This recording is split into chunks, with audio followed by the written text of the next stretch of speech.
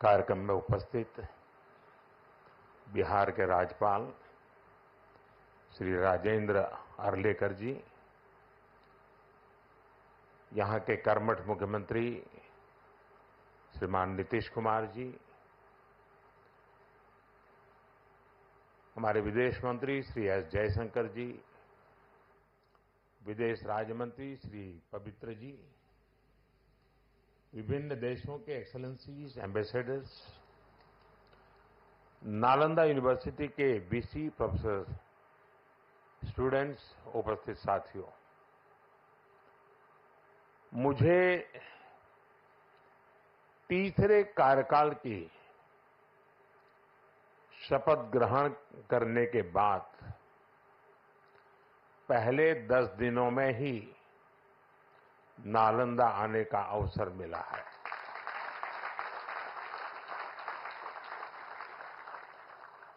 ये मेरा सौभाग्य तो है ही।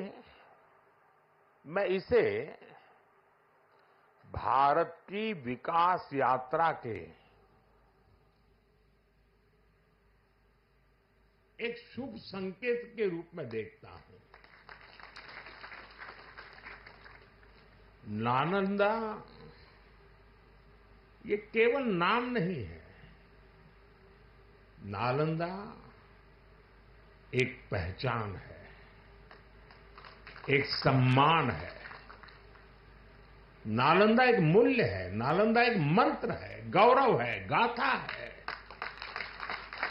नालंदा है उद्घोष इस सत्य का कि आग की लपटों में पुस्तकें भले जल जाएं, लेकिन आग की लपटें ज्ञान को नहीं मिटा सकती।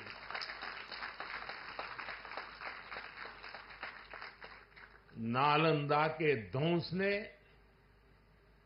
भारत को अंधकार से भर दिया था।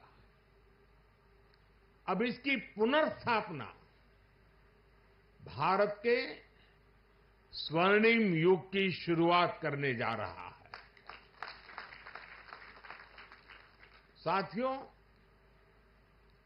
अपने प्राचीन अवशेषों के समीप नालंदा का नवजागरण,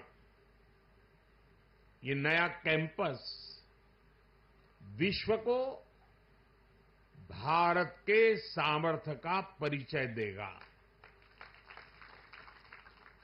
नालंदा बताएगा, जो राष्ट्र मजबूत मानवीय मूल्यों पर खड़े होते हैं, वो राष्ट्र इतिहास को पुनर्जीवित करके बेहतर भविष्य की नींव रखना जानते हैं।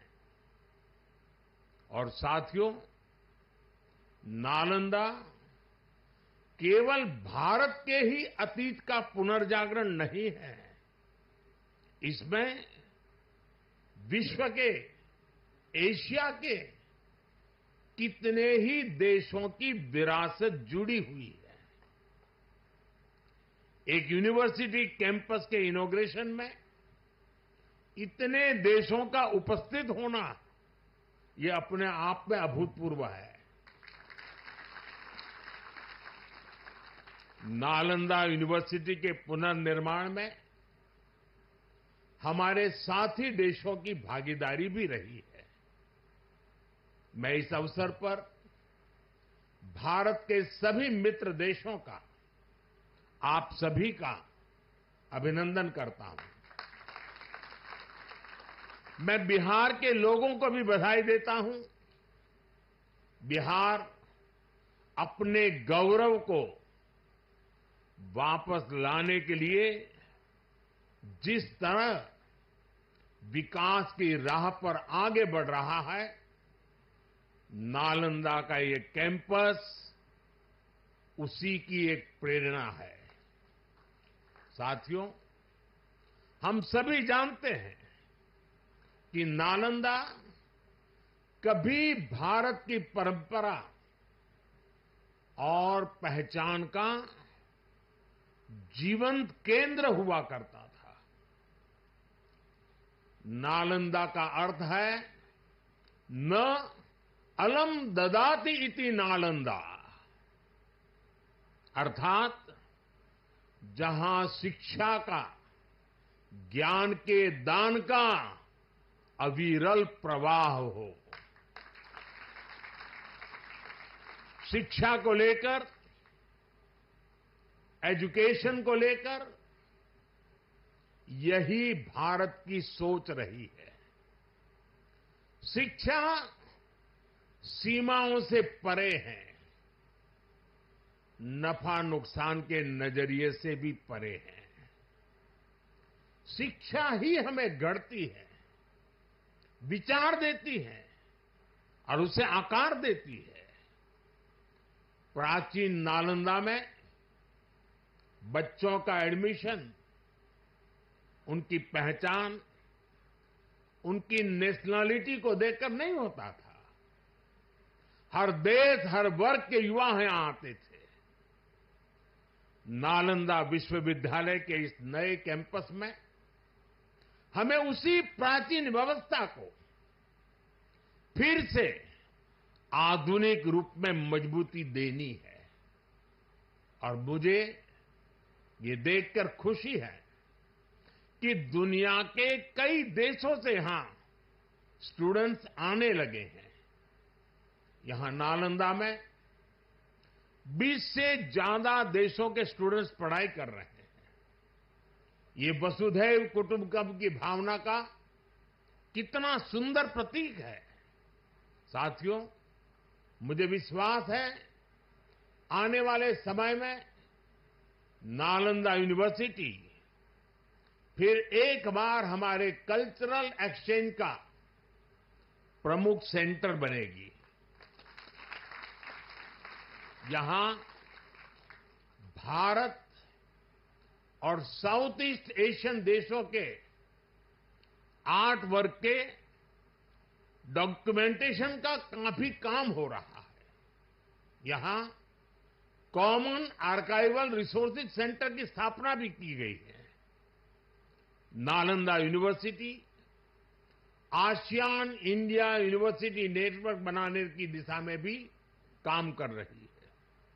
इतने कम समय में ही कई लीडिंग ग्लोबल इंस्टीट्यूशंस यहां एक साथ आए हैं।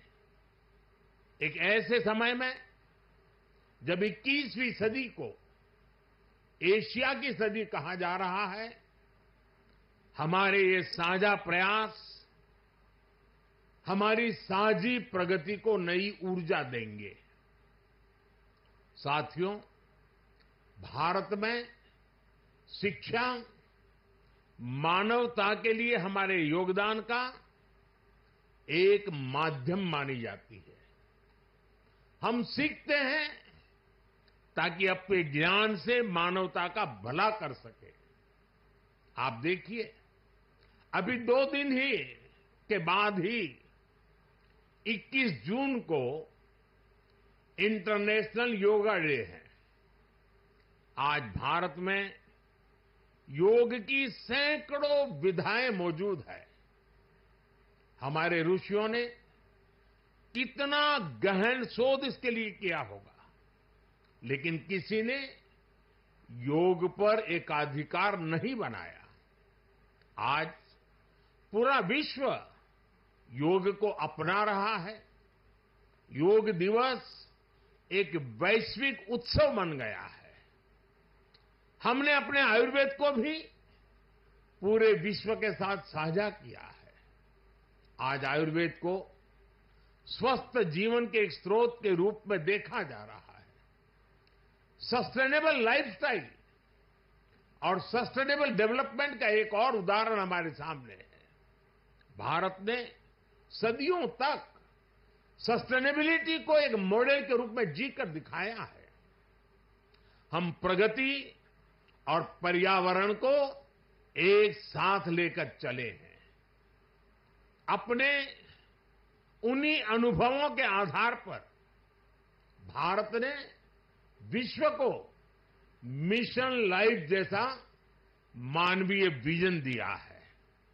आज इंटरनेशनल सोलर अलायंस जैसे मंच सुरक्षित भविष्य की उम्मीद बन रहे हैं। नालंदा यूनिवर्सिटी का एक कैंपस भी इसी भावना को आगे बढ़ाता है।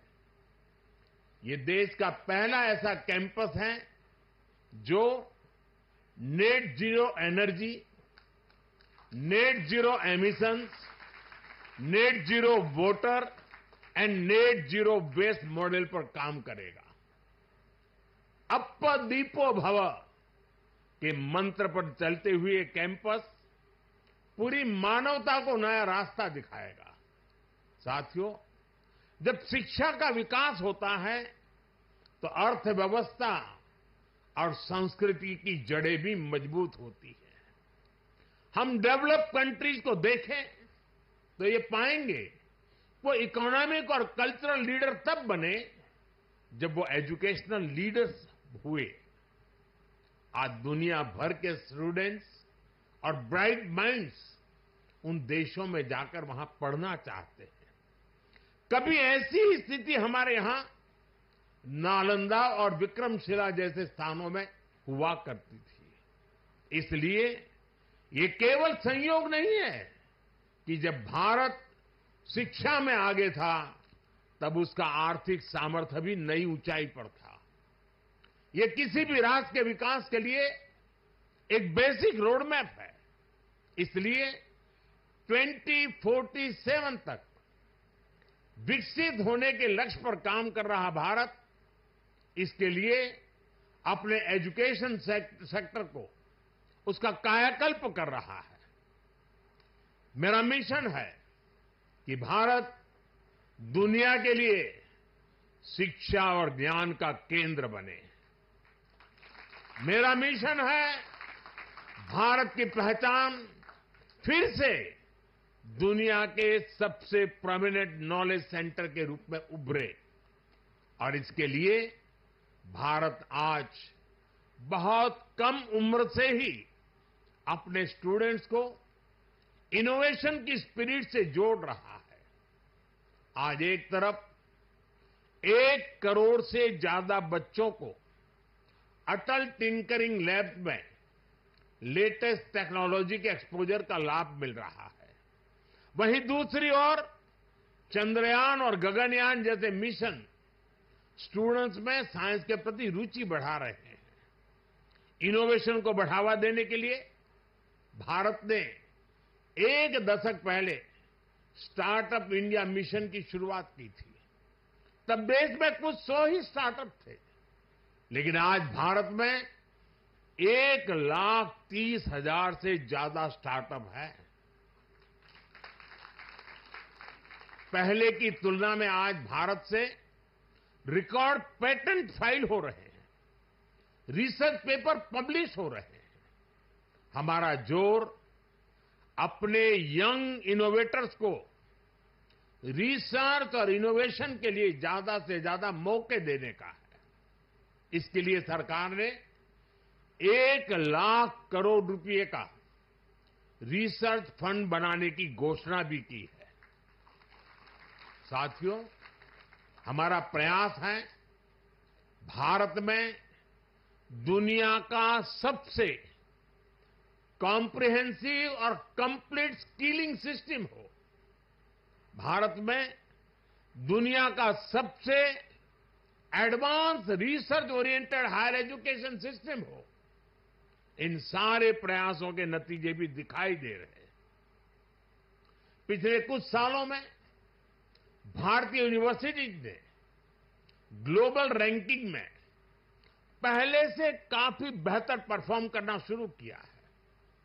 10 साल पहले क्यूएस रैंकिंग में भारत के सिर्फ 9 शिक्षा संस्थान थे। आज इसकी संख्या बढ़कर 46 पहुंच रही है। कुछ दिन पहले ही Times Higher Education impact ranking आई है। कुछ साल पहले तक इस रैंकिंग में भारत के सिर्फ 13 इंस्टीट्यूशंस थे, 13। अब इस ग्लोबल इंपैक्ट रैंकिंग में भारत के करीब 100 शिक्षा संस्थान शामिल हुए हैं।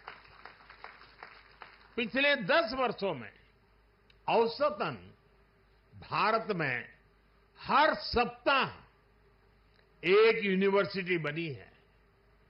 भारत में हर दिन एक नई आईटीआई की स्थापना हुई है। हर तीसरे दिन एक अटल टिंकरिंग लैब खोली गई है। भारत में हर दिन 2 नए कॉलेज बने हैं। आज देश में 23 आईआईटीज हैं। 10 साल पहले 13 आईआईएम्स थे। आज ये संख्या 21 है। 10 साल पहले की तुलना में आज करीब 3 गुना यानी कि 22 एम्स है। 10 साल में मेडिकल कॉलेजों की संख्या भी करीब करीब 2 गुनी हो गई है। आज भारत के एजुकेशन सेक्टर में बड़े रिफॉर्म्स हो रहे हैं। नेशनल एजुकेशन पॉलिसी ने भारत के युवाओं के सपनों को नया विस्तार दिया है। भारत की यूनिवर्सिटीज ने फॉरेन यूनिवर्सिटीज के साथ भी कोलैबोरेट करना शुरू कर दिया है। इसके अलावा डीकन और वुलुंगोंग जैसी इंटरनेशनल यूनिवर्सिटीज भी भारत में अपने कैंपस खोल रही है। इन सारे प्रयासों से भारतीय छात्रों को हायर एजुकेशन के लिए भारत में ही सर्वश्रेष्ठ शिक्षा संस्थान उपलब्ध हो रहे हैं। इससे हमारे मध्यम वर्ग की भी बचत भी हो रही है। साथियों, आज विदेशों में हमारे प्रीमियर इंस्टीट्यूट्स के कैंपस खुल रहे हैं। इसी साल अबू धाबी में आईआईटी दिल्ली का कैंपस खुला है। तंजानिया में भी आईआईटी मद्रास का कैंपस शुरू हो चुका है। और ग्लोबल होते भारतीय शिक्षा संस्थानों की तो ये शुरुआत है। अभी तो नालंदा यूनिवर्सिटी जैसे संस्थानों को भी दुनिया के कोने कोने में जाना है। साथियों, आज पूरी दुनिया की दृष्टि भारत पर है, भारत के युवाओं पर है। दुनिया बुद्ध के इस देश के साथ, मदर ऑफ डेमोक्रेसी के साथ कंधे से कंधा मिलाकर चलना चाहती है। आप देखिए, जब भारत कहता है one earth, one family and one future, तो विश्व उसके साथ खड़ा होता है। जब भारत कहता है वन सन, वन वर्ल्ड, वन ग्रिड, तो विश्व उसके भविष्य की दिशा मानता है। जब भारत कहता है वन अर्थ, वन हेल्थ, तो विश्व उसे सम्मान देता है, स्वीकार करता है। नालंदा की ये धरती विश्व बंधुत्व की इस भावना को नया आयाम दे सकती है। इसलिए नालंदा के विद्यार्थियों का दायित्व और ज्यादा बड़ा है। आप भारत और पूरे विश्व का भविष्य है। अमृतकाल के 25 साल भारत के युवाओं के लिए बहुत अहम है। ये 25 वर्ष नालंदा विश्वविद्यालय के हर छात्र के लिए भी उतने ही महत्वपूर्ण है। यहां से निकलकर आप जिस भी क्षेत्र में जाएं, आप पर अपनी यूनिवर्सिटी के मानवीय मूल्यों की मुहर दिखनी चाहिए। आपका जो लोगो है, उसका संदेश हमेशा याद रखिएगा। आप लोग इसे नालंदा वे कहते हैं ना। व्यक्ति का व्यक्ति के साथ सामंजस्य, व्यक्ति का प्रकृति के साथ सामंजस्य आपके लोगों का आधार है। आप अपने शिक्षकों से सीखिए, लेकिन इसके साथ ही एक दूसरे से सीखने की भी कोशिश करिए। Be curious, be courageous and above all be kind. अपनी नॉलेज को समाज में एक सकारात्मक बदलाव के लिए प्रयोग करिए। अपनी नॉलेज से बेहतर भविष्य का निर्माण करिए। नालंदा का गौरव, हमारे भारत का गौरव आपकी सफलता से तय होगा। मुझे विश्वास है आपके ज्ञान से पूरी मानवता को दिशा मिलेगी। मुझे विश्वास है हमारे युवा आने वाले समय में पूरे विश्व को नेतृत्व देंगे। मुझे विश्वास है नालंदा ग्लोबल कॉज का एक महत्वपूर्ण सेंटर बनेगा। इसी कामना के साथ आप सभी का मैं हृदय से बहुत बहुत धन्यवाद करता हूं और नीतीश जी ने सरकार की तरफ से पूरी मदद का जो आह्वान किया है उसका मैं स्वागत करता हूं।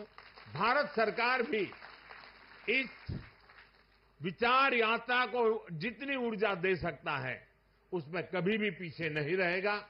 इसी एक भावना के साथ आप सबको बहुत बहुत शुभकामनाएं। धन्यवाद।